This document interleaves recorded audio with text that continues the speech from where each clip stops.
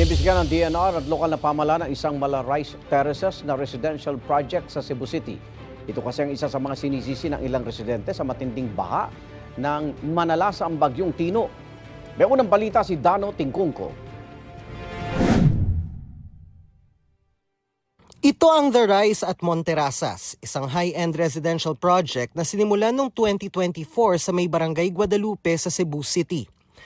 Kakaiba ang proyekto dahil nasa Burol mismo ang development at ginawang Malabanawe rice terraces ang gilid nito para matayuan ng mga bahay. Sa Facebook page ng The Rise at Monterasas, pinakita na ang 3 hektaryang property na may mga luxury villas. Ngayon, isa ang Monterasas project sa sinisisi sa malalang pagbaha noong nakaraang linggo sa Cebu City. Ang baha noon muntikan nang umabot sa bubungan ng mga bahay. Ayon sa mga residente, ito ang unang pagkakataong nangyari ito sa kanilang lugar. Baka raw dahil pinutol ang mga puno at nawala ang forest cover kaya dire-diretso na ang tubig ulan pababa sa mga kabahayan. Kinatatakutan nila baka lumala pa ang problema kung hindi ito maagapan. Sa inyong gidudahan sa tugikan tutubigan, sir? Dito ginasbabaw gigikan ma'am sa bukid ginagikan. Kana ilagingon nga Monterasas. Possible gid. Kay wa na may lain kay diri sa Guadalupe kay kana mong dalan da street kina igo gina sa moagid niya. Bumuo na ang Department of Environment and Natural Resources ng isang team para magsagawa ng masusing imbestigasyon ng proyekto.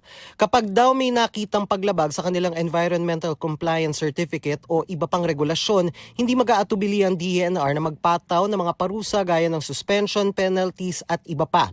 Sinabi rin ng DENR na kahit may tree cutting permit ang developer, malaki daw ang nabawas sa mga puno sa lugar sa loob ng 3 taon. Sa Centro Cebu City kasi meron tayong ginawa na tree inventory last in the year 2022. It recorded 745 trees. Ngayon, nung nag-conduct tayo ng interview last Friday, it appears na 11 na lang, 11 yung out of 745 na mga kahoy during the inventory. Meron talagang tree cutting permit yung proponent. Sinimula na rin ng Cebu City LGU ang investigasyon sa proyekto dahil sa mga reklamong dulot ng baha. Ingon sila atong i-close, then we will do that. Now, kung ingon nato kinahanglan inyo ning padak-an inyong catchment para sa kaayuhan sa syudad o sa mga tao nga naa sa ubos, then we will let them do that. Hinihingan pa namin ng pahayag ang developer.